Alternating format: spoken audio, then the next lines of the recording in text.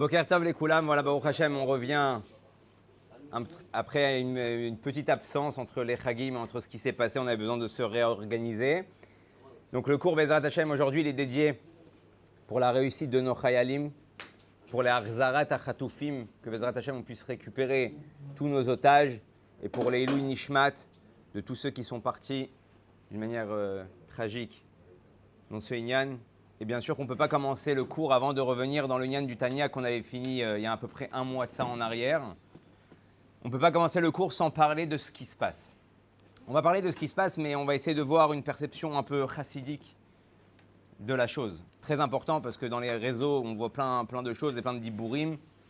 On ne peut pas se prendre pour des Névim, on ne peut pas se prendre pour des prophètes et savoir réellement ce qui s'est passé. J'aimerais commencer juste avec une histoire qui est extraordinaire, qui va nous faire comprendre de comment on doit réagir dans la vie et comment on doit voir les choses. Il y a une histoire, tout le monde a entendu parler de Rabbi Nachum de Tchernobyl. Rabbi Nachum de Tchernobyl, c'était un grand tzaddik, mamash, yadoua, qu'on connaît. Jusqu'à aujourd'hui, il y a des admourim de la chassidut de Tchernobyl. D'ailleurs, on en a un sur Ashdod. Et il faut savoir que Rabbi Nachum, il avait un fils. Son fils, il est tombé gravement malade. Et ce qui s'est passé, c'est que son fils, il a perdu la hakara, il a perdu conscience. Et quand il a perdu conscience dans sa maladie, il est monté là-haut et il est parti voir qui? Son père. Qui mieux qu'un père pour prier pour lui, pour qu'il ait la guérison. Et quand il arrive devant son père, il lui dit « Je ne te reconnais pas.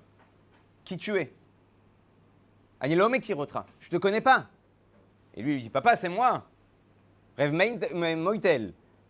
Il lui dit, mais tu as fait quelque chose ces derniers temps en bas, une faute ou quelque chose qui fait que j'arrive plus à voir le barcode, j'arrive plus à les aototra à t'identifier. Il lui dit, non, rien de spécial. Il lui dit, regarde, cherche parce qu'il doit avoir quelque chose qui s'est passé ces derniers temps qui a engendré cette coupure, ouais, ce manque de... Et là, il regarde, il dit, écoute, la dernière chose qui s'est passée ces derniers temps, c'est qu'il y avait un homme très riche, qui a perdu tout son argent, qui a perdu tout son business. Et il est venu me voir et il m'a demandé de lui prêter 300 roubles pour pouvoir se refaire et recommencer. Il dit, moi, je n'avais pas 300 roubles. Donc tout ce que j'avais sur moi, je lui ai donné. Et je lui ai dit, Mechila, c'est ce que j'ai. Mais papa, ne t'inquiète pas, j'ai fait ce qui s'appelle le piyous. Vous savez, c'est quoi le piyous? Piyous dans la mitzvah tzedaka, hein, on peut donner la tzedaka à quelqu'un en lui donnant, vas-y, lâche-moi la grappe, prends et avance. Je suis en pleine fila, ou je suis occupé, je suis au travail, je suis au téléphone, je suis avec un téléphone important, laisse-moi tranquille. Et il y a ce qui s'appelle le piyous dans la tzedaka. C'est le côté illimité de la tzedaka, c'est quand je vais voir le pauvre et que je vais lui donner de l'argent et que je vais en même temps le consoler. Je vais en même temps le motiver, je vais en même temps lui donner de la force, le renforcer dans son bitachon bachem. Même si je lui ai donné un shekel et je lui ai fait une caresse et j'ai parlé avec lui, j'ai discuté avec lui, je lui ai demandé des nouvelles de sa femme et de ses enfants, ouais, j'ai fait ce qui s'appelle piyous. Ça peut être plus grand qu'un billet de 100 shekels que j'ai donné en mode tistalek, ouais, bouge, j'ai pas de temps à perdre. Il dit donc je lui ai donné ce que j'avais et bien sûr que je lui ai fait un piyous et je lui ai parlé et je lui ai remonté le moral. Et il lui dit qu'est-ce que tu lui as dit là-bas? Il lui dit, je lui ai dit le pasouk. Et Asher Yoav, Hashem Yochiach. Celui que Dieu aime, Dieu, il lui fait des souffrances. Il lui fait des remontrances. Il le corrige. Donc le pasouk, dans le pshat, dans la manière achipashut, le plus simple à expliquer, c'est que quand tu as des galères, c'est pas parce que Hachem il te déteste, c'est comme un papa qui éduque son enfant, donc il est en train de te corriger, c'est pour ça qu'il te fait passer ces épreuves-là. D'accord? Et il lui a dit, qu'est-ce que tu lui as dit d'autre? Il lui a dit, écoute, il y a aussi écrit dans le Admor Hazaken, dans le Balatanya, il ramène le machal d'un père qui nettoie son fils, et que quand en réalité, un enfant, il a fait ses besoins sur lui, le papa, il a qu'un intérêt, c'est de le nettoyer pour qu'il soit propre et qu'il sente bon, mais le bébé, à ce moment-là, il se débat, ça le gonfle, ça l'énerve, parce qu'on le bloque, on ne lui laisse pas jouer, hein, on ne le laisse pas être en train de bouger. Donc il lui prend les jambes, le bébé, il bouge, il lui met la tétine, il lui met le doudou, il lui donne un biberon, il fait toutes sortes de choses, mais le bébé, il est pas content, il pleure. Mais le père, à ce moment-là, il sait qu'il est obligé d'arriver à la fin pour qu'il soit propre et qu'il soit nettoyé. Et c'est ce que le père, il veut faire passer à l'enfant. Mais il est bébé, il ne comprend pas. Donc il lui dit, attends, 2 secondes, je te nettoie. Et donc, il vient, tu dois te dire à chaque fois que quelqu'un il passe une souffrance, que c'est Dieu qui vient, lui-même, Melech Malchei HaMelachim, le roi des rois, qui descend à toi pour te nettoyer. Et lui, il raconte que c'est ce qu'il a dit à ce monsieur-là. Tu as tout perdu, tu as perdu ton business, c'est une souffrance, t'inquiète pas, tu vas te relever. Ça fait partie des épreuves pour te nettoyer. Donc tu dois prendre ça Bessimcha. C'est qui te nettoie? C'est rien d'autre que le roi. Donc à Koltov. Il lui a dit, comme ça tu as expliqué le pasouk. Il lui a dit au Gan Eden, on n'explique pas ce pasouk de cette manière. Et Asher Yoav, psik, virgule. Et Asher Yoav, celui que tu aimes, psik, une virgule, Hashem Yochiach. Tu vas faire des remontrances, tu vas plaider à Dieu. C'est plus le même verset. Tu peux dire, celui que Dieu aime, Dieu lui fait des remontrances, fait des souffrances. Ou tu peux dire, celui que tu aimes, à Asher Yoav, parce que là-bas il y a écrit Asher Yoav, celui que tu aimes, Hashem Yochiach, va voir Dieu. Pour qui? Pour lui. Il dit, quand tu aimes quelqu'un, tu ne te contentes pas de lui dire en réalité, ah, t'inquiète pas mon frère, Akol et Tova. T'inquiète pas, Dieu il te nettoie. Prends ça Bessimcha. Pourquoi? Parce que si c'est ton fils, Chas Veshalom, qui passe une épreuve, tu vas pas dire à ton fils, t'inquiète pas, t'es à l'hôpital, peut-être que tu vas mourir, Chas Veshalom, mais c'est pour ton bien, hein, c'est parce que Dieu il est en train de te nettoyer. Qu'est-ce que tu fais à ce moment-là? Tu prends un livre, tu pries. Tu vas voir Hachem, tu dis Hachem, pourquoi tu fais ça? Sauve-le. C'est un bon garçon. Il fait des mitzvot. Il fait Torah. Tu plaides. Tu vas voir que tu fais kiverchol des torachot à Dieu. Tu viens exiger à Dieu la délivrance.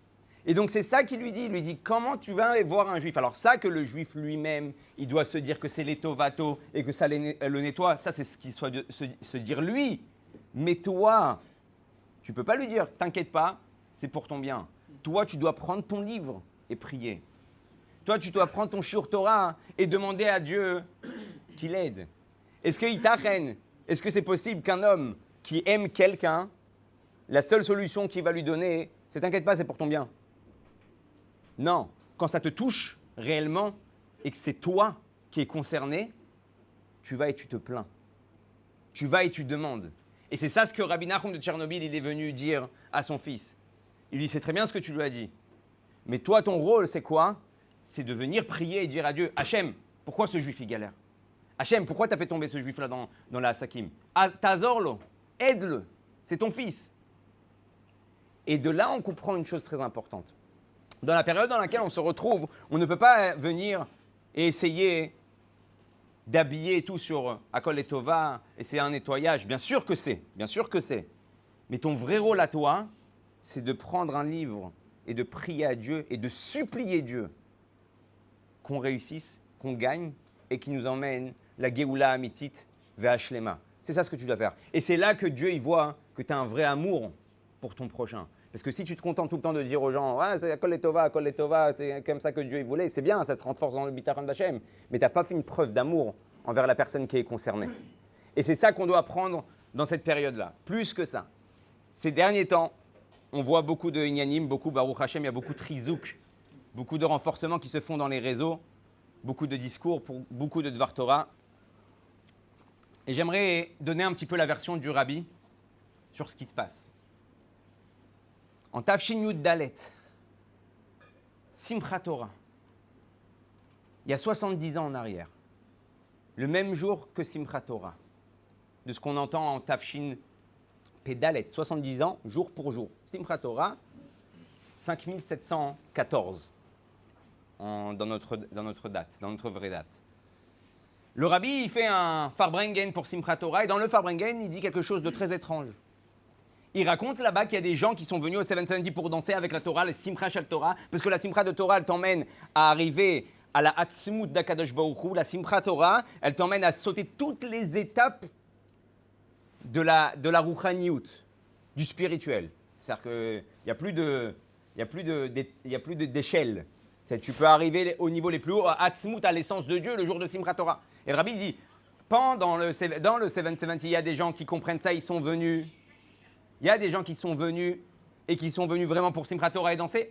Et là-bas, le Rabbi, il ramène qu'à l'extérieur du 770, il y avait des gens, des juifs qui sont venus mais pas pour danser pour Simchat Torah. Qu'on dirait que pas très loin de là-bas, il y avait des danses. Hein? Une fête, ouais. Il y avait une fête, et les gens, ils ne sont pas venus pour danser. Et que ces gens-là qui ne sont pas très loin, ils ne veulent pas rentrer au 770 parce que dans leur tête, c'est pas cachour. Et là, le rabbi, il dit quelque chose d'extraordinaire. Il dit qu'en réalité, ces gens-là, c'est qui les a fait venir pour danser? C'est leur neshama. Leur neshama ressentent le besoin, ce jour-là, de danser. Mais comme leur gouffre, leur corps, il est trop dominant sur leur vie, et qu'un corps, tu ne peux pas venir lui dire « viens transpirer, viens danser avec un Sefer Torah », parce qu'il va te dire « quel rapport, c'est quoi le kiff dans ce inyan-là » Donc le corps, il vient, il prend cette énergie-là qu'ils auraient dû mettre en réalité dans des danses de Torah, dans des autres danses. Et là-bas, le rabbi, il demande aux chassidim de sortir, d'aller voir les gens, et d'aller les faire rentrer dans le 770, et de ne pas leur parler de l'essence de Dieu, parce qu'ils y comprendront rien, et c'est pas ça qui va les exciter, de venir tout simplement leur expliquer que de venir danser maintenant Simchat Torah, c'est bien pour leur corps, c'est bien pour leur parnassa, c'est bien pour le tov, c'est bien pour toute l'année, verroulé. Et comme ça, hein, on va les ramener. Pourquoi je ramène cette histoire-là? Parce que souvent, il y a beaucoup de gens qui ont voulu faire des kéchers, peut-être en se prenant un peu avec de la prophétie. Je vais arriver... Il faut finir parce qu'on peut poser une grande question sur ça. Alors quoi, on peut fermer les yeux sur tout et dire que tout ce qui se passe c'est permis et c'est autorisé. On n'a pas besoin de montrer du doigt les fautes qui sont commises. On va y arriver à cette question-là. Le rabbi vient et dit, maintenant que vous allez les faire rentrer, ils vont danser, ils vont avoir tout le tov. Maintenant, c'est quoi la nekuda là-bas? Le rabbi est en train de t'apprendre qu'à chaque fois qu'un juif il veut faire quelque chose, ta neshama le pousse vers un endroit pour faire quelque chose. D'un coup, t'as faim. C'est que ta neshama, elle a vu un nitzot. Elle a vu une parcelle divine d'une réparation, une étincelle, ouais, une parcelle divine, une étincelle divine que tu dois venir élever. Entre-temps, l'âme animale se mêle et te dit ah, vas-y, viens, on fait un kiff. Ouais. Et donc, de ta neshama qui est parti faire une mission, il a été détourné, tu as été contourné vers une bêtise. Et là, le rabbi nous enseigne quoi? Qu'en réalité, tout ce qu'on peut voir et tout ce qu'on peut entendre, en fait, ça vient d'une volonté profonde que même eux ne savent pas comment traduire, et que ça part, chas shalom, dans des bêtises. Maintenant, j'arrive à notre sujet. La nekuda, elle est quoi là-bas? On a vu des scènes, on a entendu des scènes. Le rabbi nous explique, on n'a aucun srout de venir montrer et dire pourquoi en réalité les choses sont arrivées. Et comment il explique ça? Tout simplement. Il dit que ça, c'est Birklal, un limut srout, de dire que les gens qui étaient en dehors du 770 en train de danser pour une autre fête que Simchat Torah, hein, c'est un limut srout. Tu as été venu, tu as pris des circonstances atténuantes, tu as expliqué que grâce à en fait, la neshama voulait danser, mais le corps a fait des bêtises. Le rabbi en Tafshin Aleph, 1991, le rabbi va plus loin. Il dit en notre génération, on n'a même pas besoin de les la mettre srout. Pourquoi? Il dit qu'étant donné que notre génération, c'est Tinok chez Nishba, et qu'un Tinok chez Nishba, tu n'as pas besoin d'apprendre un limut srout. C'est quoi un Tinok? C'est quoi un bébé? Ton bébé, il est assis avec toi à table, il fait tomber un verre d'eau. Tu n'as pas besoin de venir voir ta femme et lui dire « Écoute, tu sais, c'est un bon garçon, il ne voulait pas faire ça. » Ouais. Qu'est-ce que tu dis? Tu as une chose à dire. C'est un bébé. C'est un bébé. Il n'a pas fait exprès. Il ne sait pas. Donc il dit « Hein ?» Alors, 2 secondes, on arrive à ça. Donc, il ne peut pas encore nettoyer. Ouais, va faire nettoyer. Et donc là-bas, tu n'as même pas besoin d'apprendre le limud srout parce qu'en réalité, tu sais que la génération, c'est Tinok chez Nishba. C'est des enfants, c'est des bébés qui ne savent même pas que c'est grave ou que c'est important ou que c'est interdit. Et même si tu vas dire qu'ils ont entendu et qu'on leur a dit que c'est grave, ils sont tellement loin de la compréhension de la gravité des choses. Donc, ça reste quand même un bébé. Comme un bébé qui ne comprend pas, tu lui dis ne mets pas le doigt sur la prise, mais s'il l'a mis, ouais, tu ne peux pas dire mais je t'avais dit. Ok, mais c'est un bébé, il ne comprend pas. Et de là, le rabbi, il parle par rapport à la Shoah. On a beaucoup vu de comparaisons ces derniers temps par rapport à la Shoah. Et le rabbi, il dit une phrase, j'aimerais vous la lire dans les mots, et c'est très très important qu'on lit ça dans les mots. Regardez ce qu'il dit le rabbi. Lo yechola liot betor onesh alavonot, sheken afilu satan atzmo. Écoutez ça. même le Satan, lui-même, il ne peut pas trouver même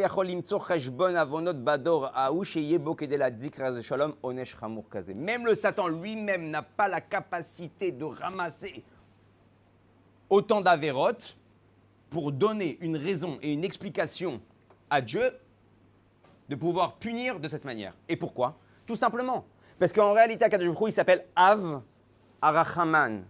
Et n'importe quelle faute qu'un enfant fait ne peut pas engendrer une punition aussi dure. Un papa, il corrige, comme on a dit, un papa, il nettoie. Mais ce qu'on a entendu et ce qu'on a vu là-bas, on ne parle pas de ça. On parle des parents attachés qui voient leurs enfants, qui voient leurs femmes. On ne va pas maintenant détailler ce qui s'est passé là-bas. Des choses, on entend les gens de Zaka, ils prennent un papa, ils rentrent un bébé dans un four devant le papa pendant que le papa, des choses, tu te dis, mais ça, et comment alors tu dis Avarachaman?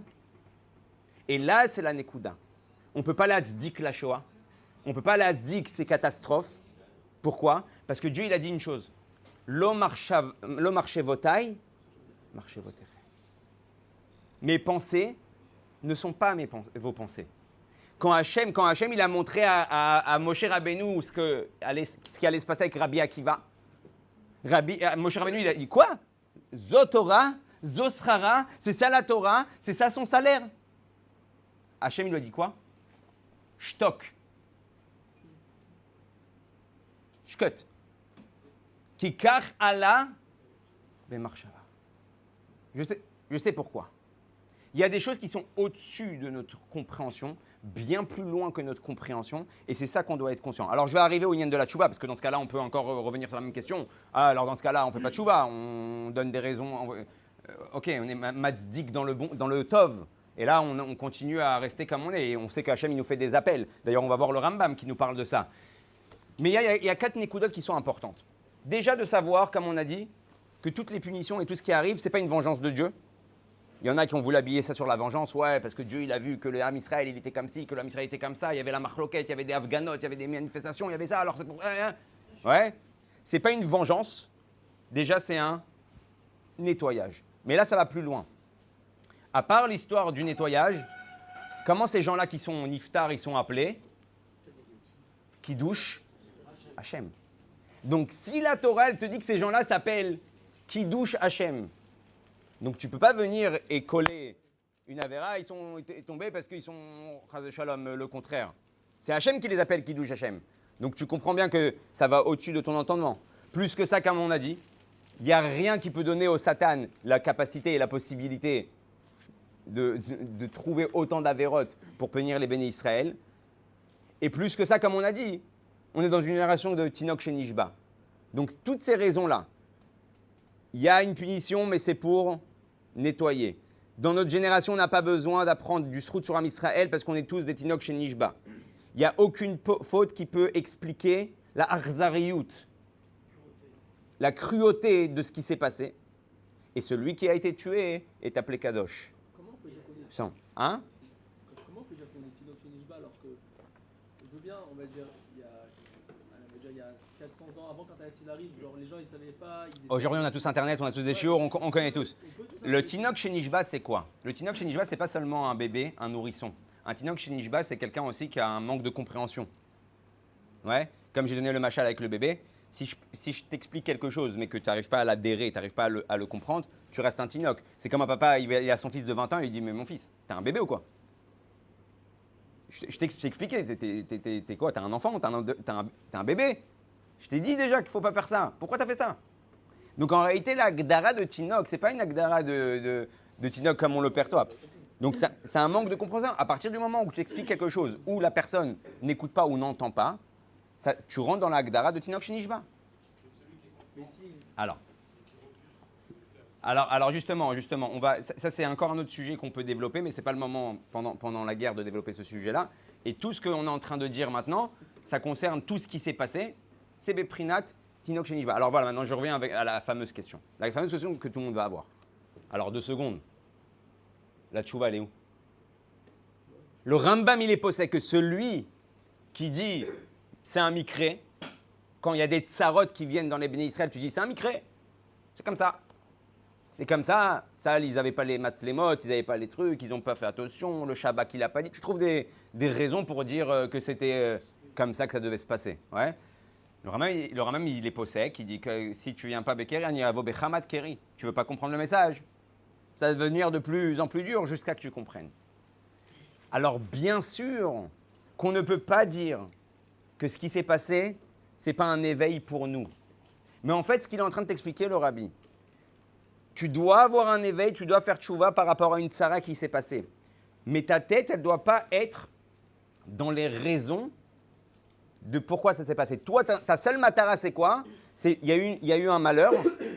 Je sais qu'en faisant tchouva et faisant Torah, c'est ce qui va réparer les choses et c'est ce que Dieu va nous faire, va nous Bezrat Hashem, emmener de la rachamim. Mais de rentrer, de perdre son temps et sa tête, d'en donner des raisons, chas v'shalom. Si tu donnes des raisons, tu es en train de donner à nos ennemis l'explication que ouais, en fait, chas v'shalom, Magia, on méritait. Et chas v'shalom de dire une chose pareille. Quand tu donnes des raisons, tu donnes la piste sur quoi faut faire tchouva. Alors non, justement. C'est justement, elle est là l'erreur. La piste pour faire tchouva, tu n'as pas besoin de donner des raisons. On connaît les raisons. On connaît le micré, le cas, te fait tout de suite appel. T'as pas celui qui a un petit peu de jugeote, il voit les ignanim, il sait dans quoi il doit se renforcer. On sait que ce qui a précédé tout ça, il y avait des manifestations, il y avait un manque de hardout. On sait qu'on doit faire tchouva. Mais maintenant, de venir et dire oui, c'est la raison pourquoi, c'est froulé, verroulé. Donc tu es en train de mettre une sec avec une raison qui ne te permet pas d'avancer, qui te donne juste l'explication à un micré. Justement, c'est là la néphila. Parce que ce n'est pas le but de Dieu. Le but de Dieu, c'est que tu avances. Le but de Dieu, c'est que tu ne restes pas ta tête là-bas en train de chercher. Encore une fois, ça ne veut pas dire que tu ne vas pas faire tchouva sur ces choses-là. Mais ce n'est pas ton rôle. Pourquoi? Kilo marchez vos tailles, marchez votre chem. Parce que vos pensées ne sont pas les miennes. C'est beaucoup plus loin que ce qu'on peut imaginer. Ça peut être une réparation du Chet Ha'egel, ça peut être la réparation de Chet Ha'Da'at, ça peut être la réparation, ça peut être le processus de la Géoula jusqu'à Mashiach. Bien sûr que le Rambam, comme il est possède que si tu fais tchouva, miyad migalim, tout de suite, on est libéré. Donc quand il y a des tsarot qui viennent, en fait, c'est quoi? Il te dit, le Rambam, il ne rentre pas dans les raisons, des raisons. Quand il parle même de ce qui s'est passé à l'époque de Purim, il ne rentre pas dans les raisons. Il vient, il te dit que si on avait fait tchouva, ben, automatiquement, tchouva, c'est Géoula. S'il y avait eu la Géoula, bon, ben, on n'aurait pas passé ça. Et donc, c'est dans ça que tu dois mettre ta tête. Maintenant, j'arrive à cette Nekuda-là. Cette Nekuda-là de faire tchouva.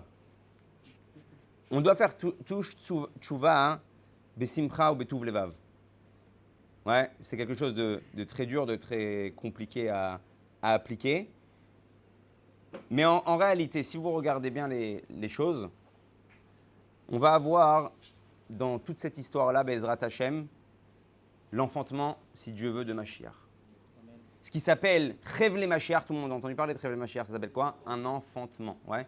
Un enfantement, c'est douloureux. Ouais. Le rabbi dit, quand tu vois une femme enceinte qui est en train d'accoucher et que tu la vois en train de souffrir, ouais, tu dis, ah ouais, ça doit être dur, hein. Oula, ça va, t'as pas trop mal? Ouais. Oh là là, dans le moniteur, tu connais le papa qui en a rien à cirer, il voit le monitor, il regarde le truc, il dit, oula, oh là, t'en as une grosse, là, tu dois avoir mal, ouais. Un père comme ça, normalement, après l'accouchement, sa femme elle lui fait un baby blues et après, il est foutu pendant 2 ans, il est en train de galérer. Ouais. Quand tu vois une femme accoucher, le rabbi te dit, c'est quoi les premiers réflexes? C'est comment alléger son accouchement.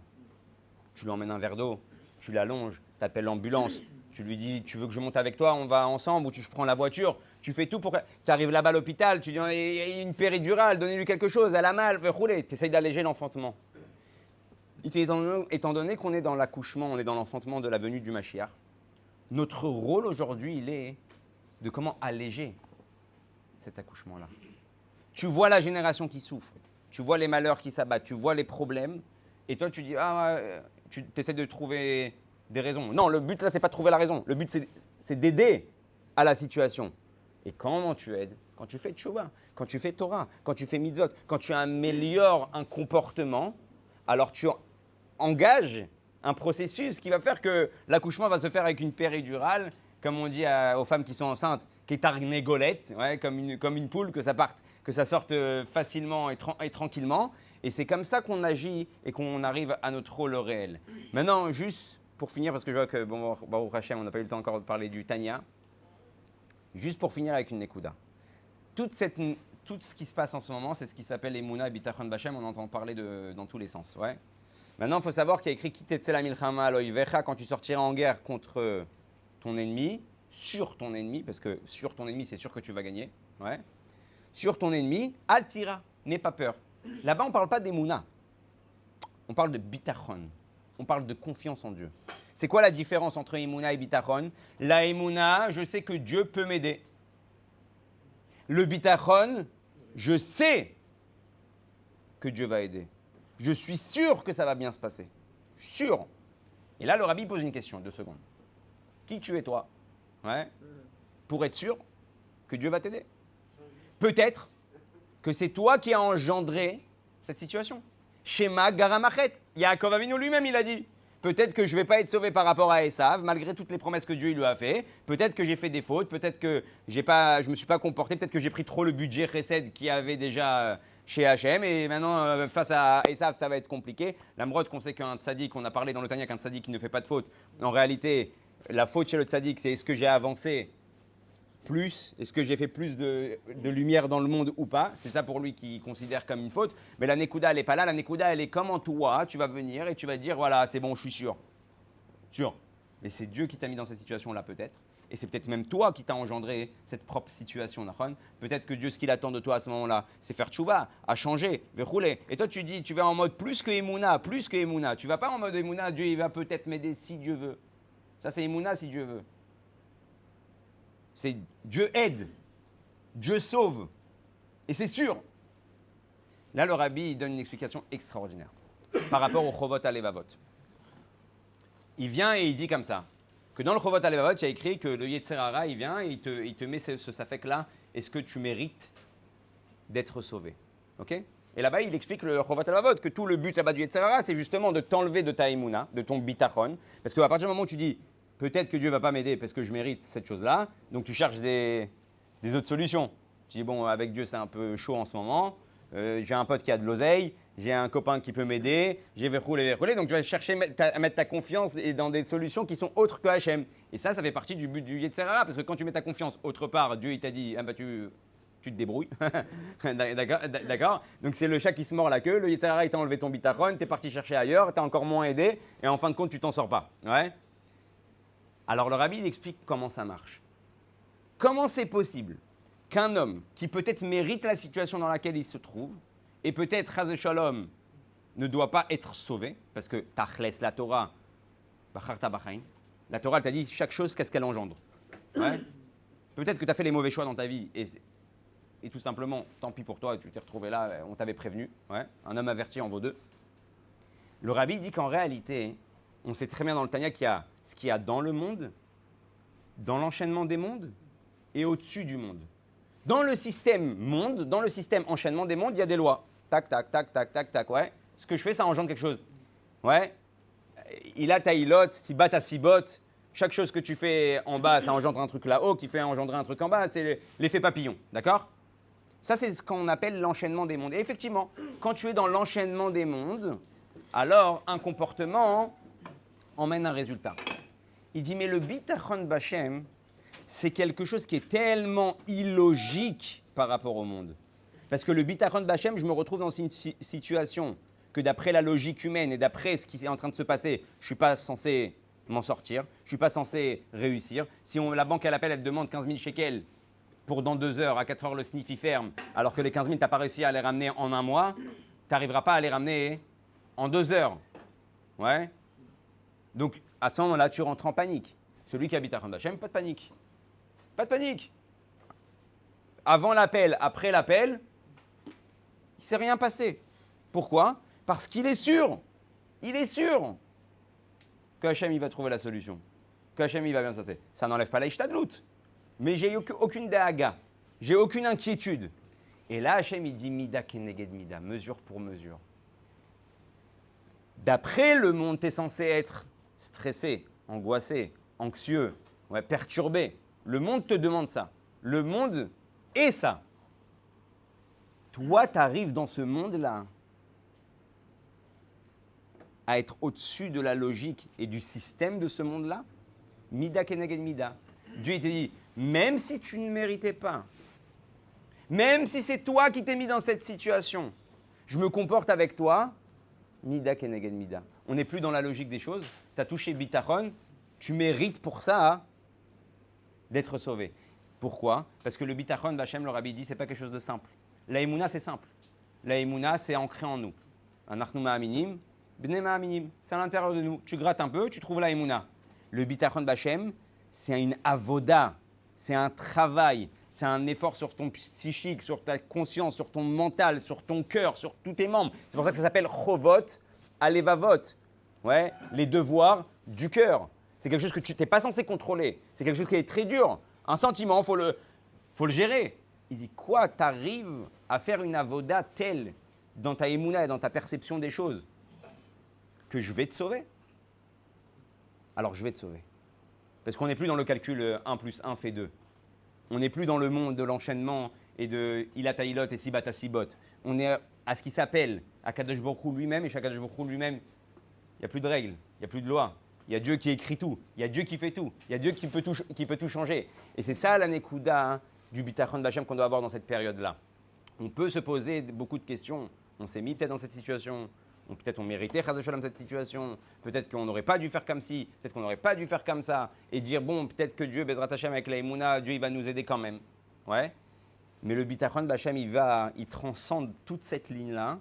Il t'emmène directement à la sûreté, à la confiance que Dieu, oui, va faire en sorte que ça va bien se passer, Bezrat Hashem, et qu'on va gagner Begadol, et qu'on va ramener la Géoula Amitit V'Ashlema. Derech Agav, le Rabbi, il dit que pourquoi on est sorti d'Égypte? Parce que les femmes ont eu la confiance qu'on allait sortir d'Égypte. Les hommes, ils étaient brisés, les hommes. Les hommes, ils ont dit, c'est fini, on va rester là. Bon, il y a un petit peu d'allocation familiale, il y a un petit peu de ça. Au moins, on mange, on travaille dur, mais l'honora, ouais. Les femmes, elles ont préparé des tambourins. Comment on sait ça? Que quand ils sont sortis chez Ratayam, elles avaient des tambourins. D'où vous avez les tambourins?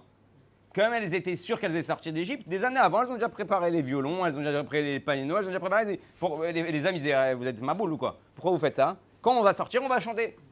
Elles étaient sûres de sortir. Et le rabbi dit, parce qu'elles étaient sûres qu'elles allaient sortir, ils sont sortis. Et pour la Géoula Amitit V'Ashlema, c'est exactement pareil. Tu peux être en Emouna de Mashiach. Mashiach, il viendra. Si Dieu veut. Quand Hachem il va vouloir, Mashiach, il va se dévoiler. Ça, c'est de la Emouna dans Mashiach. Le rabbi te dit, on ne demande pas la Emouna dans Mashiach. On demande le bitachon dans Mashiach. Être sûr que ça va se passer. Et si tu es sûr que ça va se passer, alors c'est sûr que ça va se passer. C'est sûr que Mashiach, il va arriver. Et donc, cette fois-ci aussi, on ne doit pas louper le coche. Il y a un vrai potentiel Mashiach. Il y a un vrai moment de capacité pour emmener le Mashiach. Et tu ne dois pas te dire, peut-être que Dieu, en mode Emouna, peut-être que Dieu va faire Mashiach juste après ça. Tu dois être dans ton cœur, sûr. Et si on est sûr, Bezrat Hashem, Mashiach Tzidkenu Yavo, Yigal Otanu B'Meir Ve'amenu, Techef Miyad Mamash. Et j'espère que tout ça se passera, comme on nous l'a déjà promis, Berachamim. Nous, notre rôle aujourd'hui, ce n'est pas d'aller chercher des raisons. Le marché votaï, marché votechem, il y a eu un problème, on sait ce qu'on doit réparer. Et sur ça, on doit se focaliser. Ça n'enlève pas la tchouva. On n'appelle pas de fermer un œil. Les gens qui sont partis sont appelés Kedoshim. Nous, notre rôle aujourd'hui, c'est de faire ce que Hachem il attend de nous. Et ne pensez pas que Hachem attend des grands changements.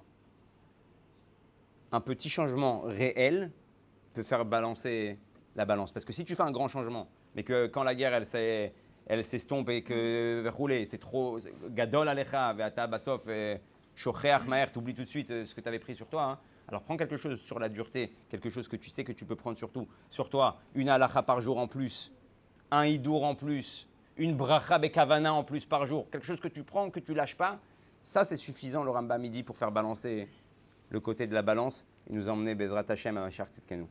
Voilà pour aujourd'hui.